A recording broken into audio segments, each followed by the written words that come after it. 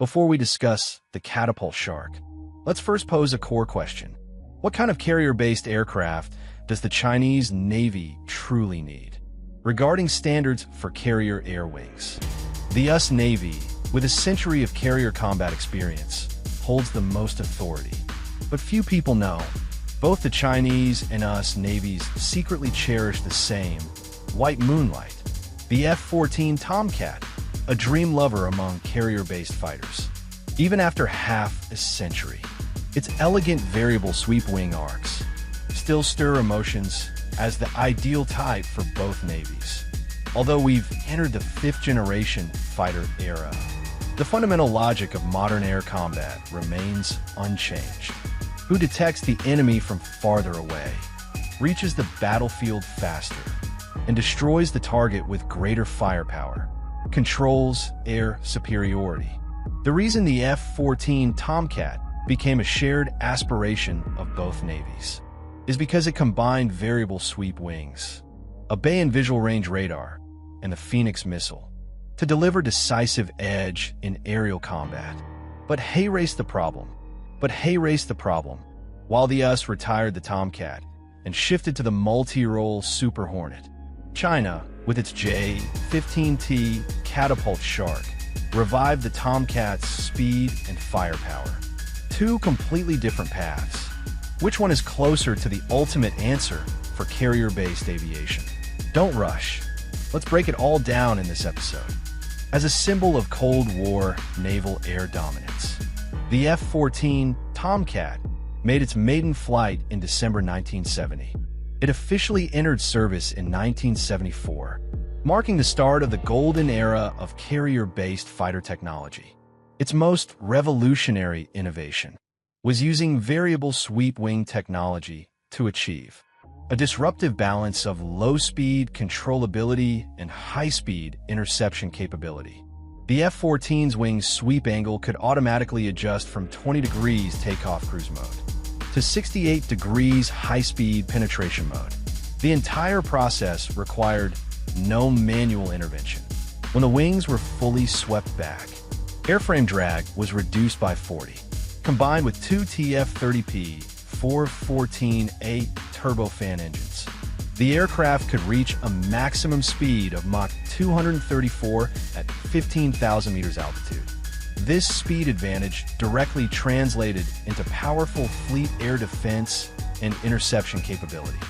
Faced with the threat of Soviet bomber formations, the F-14, with its top speed of Mach 234 and excellent acceleration, could reach intercept points beyond the carrier's defensive perimeter in minimal time. Equipped with the ANOG-9 radar and AIM-54 Phoenix missiles, it created a formidable bay-and visual range firepower barrier. And when the wings were extended to their minimum sweep angle, wingspan reaches 1954 meters. Lift coefficient increases by 35. Landing speed is reduced to 140 knots, approximately 260 km/h. Perfectly suited for the strict takeoff and landing conditions of carrier decks. This dual-mode design is considered a classic paradigm in aerospace engineering. At low speed, high lift is achieved via high aspect ratio wings. At high speed, drag is reduced via low aspect ratio wings, balancing safe carrier operations with efficient supersonic interception. As for crew configuration, the F-14 adopts a tandem two-seat layout. The pilot sits in the front. The radar intercept officer RIO sits in the rear. The RIO is dedicated to operating the advanced ANOG-9 onboard radar and the AIM-54 long-range air-to-air missiles to carry out long-range interception missions. As a brand-new pulse Doppler radar at the time, the ANOG-9 used a planar slot antenna. Depending on the target's radar cross-section, its detection range could reach 120 to 300 kilometers. It featured excellent look-down, shoot-down capabilities.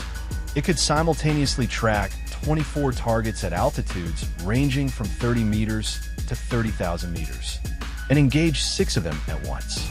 Such performance was unmatched in radar systems of that era, a true peerless design. That was during the time when the US held the core tech advantage. Take a modern comparison. China's latest J-15T Catapult Shark is equipped with a gun-based ESA radar that only now matches the 300 kilometers detection range. Paired with it was a long-range air-to-air missile. The AIM-54, optimized specifically to counter Soviet bombers. It was the first long-range air-to-air missile of the US and of the world. Also the first true band visual range BVR air-to-air missile globally. It adopted a new active radar homing guidance system with fear and forget and multi-target engagement capability. The AIM-54 had a maximum range of 180 kilometers, with an effective range of 150 kilometers and a maximum speed of Mach 4. The missile's large size and weight were partly due to the need for a larger solid rocket motor for extended range, and partly to ensure destruction of large bombers. Its warhead alone weighed 60 kilograms. Even heavily built aircraft like the Tu-95 Bear would suffer catastrophic structural damage from a single hit. Although the missile's maximum overload was only 17 G, it was more than sufficient given the low maneuverability of bombers, which usually can't exceed 4 G. Therefore, it posed no issue in intercepting such targets effectively. The F-14 was powered by two TF-30P 412 turbofan engines, with afterburning thrust reaching 9,500 kilograms. Although the airframe weight significantly increased, its normal thrust-to-weight ratio was only 0.8. Thanks to the variable sweep wing design, its maneuverability far exceeded that of the F-4. It even rivaled the U.S. Air Force's next-generation air superiority fighter at the time, the F-15. It could easily counter new Soviet fighter jets being developed and deployed during the same period. Here's the key point. The new engines not only enhanced maneuverability, but also guaranteed the F-14's excellent high-speed performance. It could reach a top speed of Mach 238 at an altitude of 12,000 meters. When carrying 4 AIM-7 medium-range bombs, its top interception speed remained at Mach 22, only slightly lower than when unloaded. Even when loaded with 6 large AIM-54 long-range missiles, it could still sustain a speed of Mach 16, although interception range in this case was just over 300 kilometers. The upgraded F-14D pushed that range close to 500 kilometers, which remained vital for ensuring superior long-range interception capabilities for carrier groups. After all, speed matters for carrier-based fighters. The F-14 had a total of 10 external hardpoints. Its maximum weapons payload reached 6,500 kilograms. 6 of these hardpoints, under the fuselage and wings, could carry AIM-54 missiles, or an equal number of AIM-7 medium-range missiles, with a max range of only 2,700 kilometers on full internal fuel. 2 under-intake hardpoints were typically used to carry 1,000-liter drop tanks. These extended range, the underwing dual pylons, could also mount 2 AIM-9 short-range missiles. In this configuration, the F-14 could conduct combat air patrols 300 kilometers from the carrier for 22 hours, or 500 kilometers out for about 13 hours. When executing long-range interception missions, its combat radius reached 750 kilometers, with 5 minutes of combat time reserved. This range far exceeded the maximum range of all Soviet air-to-ship missiles at the time. And when paired with the AIM-54's 150 kilometers strike range, the US Navy had the capability to intercept Soviet bombers from 900 kilometers away. At the same time, thanks to excellent loop-down, shoot-down performance, the F-14 could intercept low-flying targets using AIM-54s. This included low-altitude surprise raids by Soviet bombers or tactical strike aircraft, which could be intercepted effectively. It was also capable of intercepting long-range cruise missiles, a world first at the time. Thanks to Hawkeye early warning and the claws of the F-14. The aircraft possessed formidable long-range interception capabilities, combined with its superior flight performance and maneuverability. It also had full air superiority combat capability. Due to its lack of large aircraft carriers, the Soviet Navy built a long-range strike system centered on supersonic missiles. But this strategy could no longer pose a credible threat to the US Navy, especially to carrier strike group security. Thus, maritime power balance between the US and Soviet navies was once again disrupted. Apart from its still massive fleet of attack submarines, Soviet long-range bombers and air-launched anti-ship missiles no longer posed a serious threat to US naval forces. After all, a single aircraft carrier typically carried 2 squadrons, about 40 F-14 carrier-based fighters. Each sortie of 8 F-14s deployed forward for interception could effectively counter Soviet naval air forces, even the offensive from 3 to 4 long-range bomber regiments. Even assuming a 70 availability rate, 2 squadrons of F-14s could handle attacked from 10 to 12 long-range bomber regiments. This already exceeded the Soviet Navy and Air Forces maximum sortie capacity for anti-carrier operations at the time. If operating as a dual-carrier strike group, the Soviet Naval Air Forces would essentially lose the ability to conduct air strikes. It's fair to say, wherever the Tomcat was, the carrier was secure. The emergence of the F-14 carrier-based fighter not only gave the US Navy a major air-sea advantage during the peak of the US-Soviet Cold War in the 1980s, but also made the Soviet Navy realize the importance of modern large aircraft carriers and carrier-based fighters, while continuing to develop and refine its existing anti-carrier strike systems. The USSR also significantly advanced the development of its own large carriers and fixed-wing carrier fighters. In the early 1980s, the Soviet Navy began constructing the Project 11,435 and 11,436 carriers. The former was named Admiral Kuznetsov, and the latter Varyak, US Navy's next-gen stealth fighter, and attack aircraft programs, namely the NAT and AFX projects. The former was meant to replace the F-14, the latter to replace the aging A-6 attack aircraft. Thus, the F-14's latest upgrade plan included a proposed upgrade known as the Super Tomcat. It aimed to adapt the F-14 to 21st century air-sea combat needs. This would provide the US Navy with a low-cost, high-performance carrier fighter for the 21st century.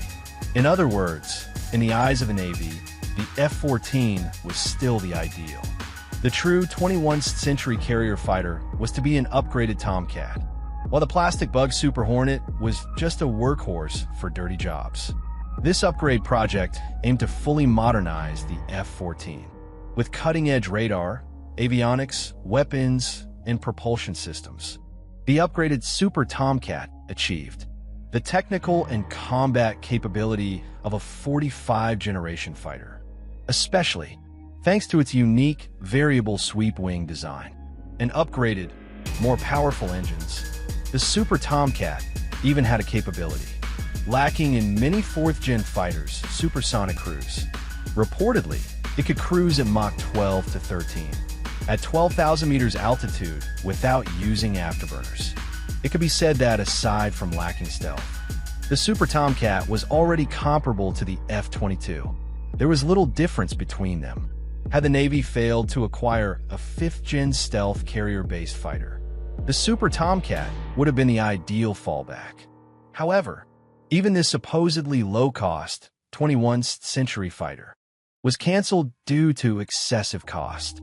What replaced it was the FA-18CD plastic bug, which entered service with the US Navy in 1983.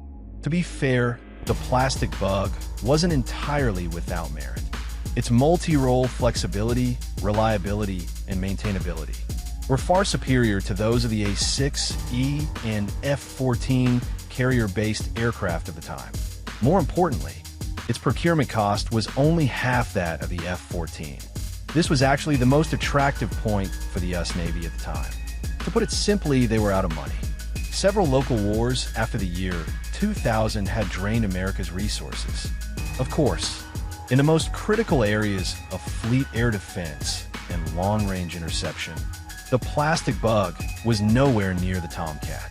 For instance, shorter radar detection range, lower top speed, lack of true multi-target engagement capability, and limited long-range interception. But with the collapse of the Soviet Union and the disappearance of the Red Navy, these shortcomings no longer seemed all that important. There was no longer an enemy. No force could realistically threaten us carriers anymore. Furthermore, the US Navy had shifted its strategic focus from the Cold War doctrine of blue water decisive battle to power projection from the sea. Here's the key point. Carrier-based aircraft now emphasized long-range strike capabilities against ground targets. And that was the F-14's greatest shortcoming. When you also consider the F-14's extremely high operating and maintenance costs, an unavoidable issue for any heavy carrier-based fighter, the US Navy ultimately decided to retire the entire F-14 fleet from service.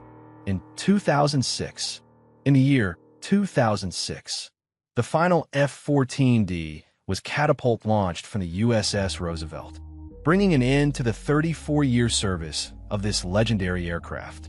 Looking back, the F-14's greatest value to the US Carrier Strike Group was air defense, specifically long-range interception missions. It was essentially the carrier's most reliable bodyguard. But after the Soviet Union collapsed, carriers no longer needed bodyguards. Thus, the Tomcat lost its strategic relevance. What the Americans hadn't anticipated was that after 2010, a rival even stronger than the Soviet Navy would emerge in the Pacific. This new adversary had learned from the Soviet Navy's failures and aimed straight for blue water decisive battle capabilities. And just like that, the US Navy was pulled back into deep-sea confrontation. So after decades of carrier dominance, carrier security again became a primary concern. But by then, the Tomcat was retired, and the F-35 couldn't carry the burden. With no better option, they had to continue upgrading the Hornet. The original design goal of the FA-18EF was to meet the US Navy's operational demands in complex 21st century maritime battle environments. Simply put, they needed a more battlefield-adaptable platform with higher reliability and maintainability, while still being cost-controllable as a next-gen carrier fighter. It directly addressed the shortcomings of the legacy FA-18CD Legacy Hornet, such as limited range, low payload capacity, and outdated electronics. The Super Hornet underwent a full-spectrum upgrade. First, airframe size was increased. The forward fuselage was lengthened by 0.86 meters and wingspan by 13 meters. Wing area increased by 93 square meters. Horizontal stabilizers were also optimized, with a new Gothic-style leading-edge extension Lex design. The immediate benefit of these changes was significantly improved high angle of attack, low-speed handling, and maneuverability at low to medium altitudes. Meanwhile, internal fuel capacity increased from 44 tons to 65 tons. Combat radius rose from 750 kilometers to 1,200 kilometers. Greatly enhancing long-range combat capability. As air combat entered the stealth era in the 21st century, the Super Hornet also incorporated stealth features, such as F-22 style rectangular air intakes, engine fan radar blockers, stealth coating applications, and refined manufacturing processes to reduce surface panel gaps. These measures reduced its frontal radar cross-section from 5 square meters Legacy Hornet to around 15 square meters, a clear improvement in radar stealth. In terms of weapon load, With a larger airframe, the Super Hornet added 2 more wing pylons, totaling 11 weapon stations. Maximum payload increased to 8 tons. It can carry every weapon in current US inventory, except nuclear arms. Its multi-role capability saw a major leap. Thanks to America's cutting-edge radar and electronics. Later production Super Hornets were equipped with the ANAP 79 ESA radar. It can detect fighter-sized targets at a range of up to 180 kilometers. It offers much stronger multi-target engagement capability, capable of tracking 20 targets and engaging 8 simultaneously. Its anti-jamming performance and reliability are also significantly improved, paired with next-generation AIM-9X short-range arms and AIM-120C medium-range arms. Its interception capability finally surpasses that of the F-14. Of course, these improvements also resulted in weight gain. Empty weight increased from the legacy Hornet's 11 tons to nearly 14 tons. Maximum takeoff weight increased from 23 tons to nearly 30 tons, effectively transforming it from a medium to a heavy carrier-based fighter. To maintain flight performance, it was re-engined with a more advanced and powerful F-414G 400 turbofan engines. Its electronic warfare systems were also comprehensively upgraded. The Super Hornet now has enhanced capabilities in electronic surveillance, early warning, jamming, and targeting, better suited for modern information-centric warfare environments. Overall, the Super Hornet's all-around upgrades have turned it into a highly capable carrier-based fighter, meeting the standards of a 45-generation heavy aircraft. To date, the US Navy has fielded Block I, Block II, and Block III variants, with more than 600 units produced. According to 2019 planning, the US Navy will procure over 100 additional Block III aircraft within 5 years, meaning this aircraft will remain in service at least through 2035 and continue to be the backbone of US naval air power for the next 2 decades. Now that we've talked about its strengths, we must address the weaknesses. As mentioned earlier, in key fleet interception operations, the F-14 Tomcat had a maximum interception speed of Mach 22, even when carrying 6 large AIM-54 long-range arms. It could still maintain speeds of up to Mach 16. This meant that during emergencies, carrier-based aircraft could reach the intercept point at nearly Mach 2. Today, the US Navy no longer possesses that capability. The Super Hornet, when loaded with 4 medium and 2 short-range arms, struggles to even reach Mach 1, let alone Mach 2. Supersonic flight is challenging in such configuration. The F-35CS supersonic performance is even worse, falling short of even the Super Hornet in interception roles. At times like this, the US Navy must miss its once loyal and reliable bodyguard, the F-14 Tomcat, because for carrier-based aircraft, speed is a critical performance metric. When facing threats like enemy supersonic anti-ship missiles or bomber incursions, an aircraft's acceleration and top speed directly determine whether it can intercept before the threat reaches the fleet. For example, if incoming missiles approach at Mach 2, an intercept is required 200 kilometers from the carrier. A Mach 2 aircraft will reach the intercept zone roughly 5 minutes earlier than a Mach 1 jet.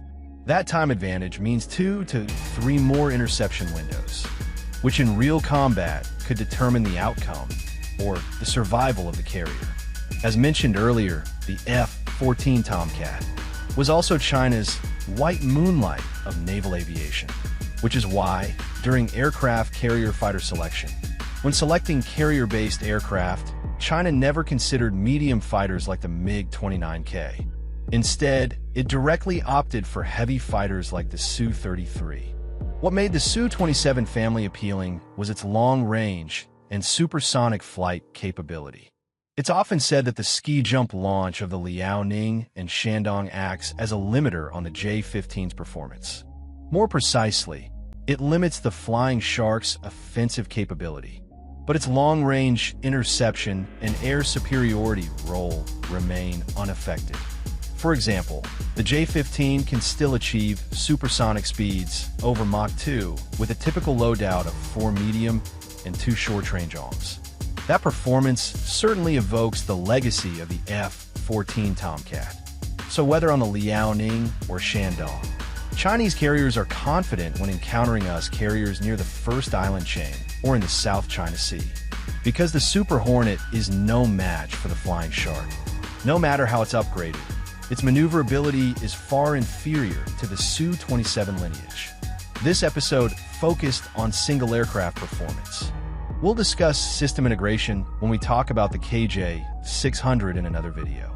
The J-15A Flying Shark is still considered an interim solution. At last year's Zhuhai Air Show, its full version, the Catapult Flying Shark, made its debut. As an upgraded variant of the J-15, the Catapult Shark saw major upgrades in structure, materials, avionics, power plant, and weapons, although the aerodynamic layout remained largely the same.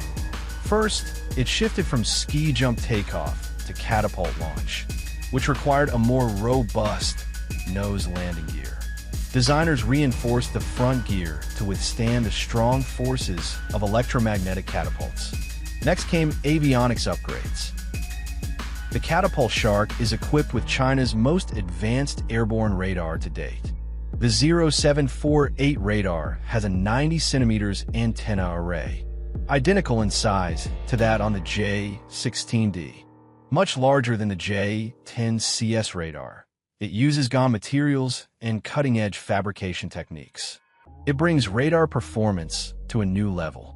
Detection range against fighter's-eyes targets exceeds 300 kilometers, with strong anti-jamming capabilities, world-class. In terms of multi-target tracking, it can detect over 30 targets within plus or minus 60 degrees azimuth, and simultaneously track and engage 8 to 10 of them. It also offers advanced air-to-surface and maritime detection modes. Its performance surpasses the INAP 79V4 used on us Navy Super Hornets. 1. In fact, it completely outclasses the RB2AA ESA radar on the French Navy's Rafale F3R. In addition to the main radar, the J-15B retains a forward-looking infrared search and track system earth-mounted on the right side of the canopy. It shares the same second-generation earth system as the J-16, using a rotating optical sensor. It features a long-wave infrared detector for extended-range passive tracking. Under favorable weather, it can detect aerial targets over 100 kilometers away, track up to 12 targets within plus or minus 20 degrees field of view, and even provide mid-resolution imaging. Paired with an onboard laser rangefinder, it can generate precise flight tracks to guide short and medium-range arms in stealthy engagements. Its avionics and electronic warfare systems also benefit greatly from the J-16's mature technologies. These upgrades are tailored to meet the demands of modern naval air warfare. Under favorable weather conditions, the ERS can detect aerial targets at distances of no less than 100 kilometers, within a plus or minus 20 degrees azimuth field. It can simultaneously track up to 12 targets and offers medium-resolution imaging capabilities. Combined with an integrated laser rangefinder, it can generate precise tracking data of aerial targets to guide short and medium-range arms for stealthy engagement. Strap 382 stealth targeting capability with short and medium-range air-to-air missiles. In terms of avionics and electronic warfare, the Catapult Shark also incorporates extensive mature J-16 technologies. For example, it addresses fly-by-wire issues that previously surfaced on the ski-jump variant of the J-15. These were resolved by adopting the fully digital FBW system. used in the J-16 and improving it based on operational feedback from the J-15. The result is a more stable, reliable, and responsive control system that enables carefree handling throughout the entire flight envelope. Regarding the cockpit display system, a high-resolution touchscreen primary display and one secondary display have replaced the previously multimped cockpit layout. This results in better ergonomics and display efficiency, with significantly enhanced information integration capability. Pilots receive a more intuitive and complete awareness of the overall battlefield situation. As for electronic warfare systems, the Catapult Shark adopts a new generation integrated reconnaissance suite. It includes long-range radar warning receivers and close-range ultraviolet missile approach warning. It also features air-to-air and air-to-ground signal collection analysis systems, multi-band active jamming systems, and passive jamming systems. These can detect and locate electromagnetic emissions from air, ground, and maritime targets, and execute targeted jamming or suppression in manual or automatic modes, substantially improving survivability on the modern battlefield. This drastically enhances combat endurance and resistance to threats. Hey folks, you made it this far. Considering how much effort it took me to find all this material, I humbly ask you to please like and toss a coin my way. Some of you may ask, wait, aren't those F-35 footages? Let me explain. This is an educational video. The point is to clearly explain the concepts. Also, the performance specs of our active duty equipment are classified. Even if we had them, we couldn't just publish them. But out of respect for my audience, I've tried my best to source footage that closely matches the topic. If a few clips don't line up perfectly, I hope you'll understand. And once again, shamelessly asking for that triple support. Like, comment, and save this video. As a small creator, I truly appreciate your support. Thank you so much. Let's continue our discussion. For propulsion, the Catapult Shark now uses the domestic WS-10B turbofan engine. This engine has gone through over a decade of optimization and has now fully replaced the Russian engines. It is now the standard power plant for China's mainline fighters. It delivers up to 135 tons of thrust with afterburner, bringing the J-15B's thrust-to-weight ratio close to 1. That puts its maneuverability among the top-tier carrier-based aircraft globally. The increased thrust significantly enhances the J-15B's agility and performance, making it nearly comparable to early Su-27 SK levels. With the integration of new unified flight control, fire control, and engine control systems, its flight reliability, responsiveness, and low-speed handling qualities have all been dramatically improved. This is extremely important for carrier-based fighters. The Catapult Shark will receive a comprehensive weapons upgrade due to the complete overhaul of the radar and avionics systems. Its onboard weapons will also be upgraded from 4th generation to 45th generation. Air-to-air missiles will include the PL-10 infrared imaging-guided dogfight missile, which has a 20 kilometers range and high offer sight capability, as well as medium to long-range missiles, with ranges exceeding 150 kilometers. For the Catapult Shark, thanks to the advanced capabilities of the new radar, especially its powerful long-range detection performance.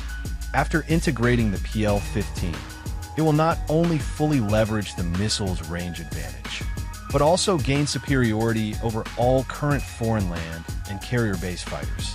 This grants the Catapult Shark a crucial long-range interception capability for fleet air defense. The J-15B has a sufficient number of hardpoints and weapon payload capacity, while the platform itself also boasts excellent supersonic flight performance.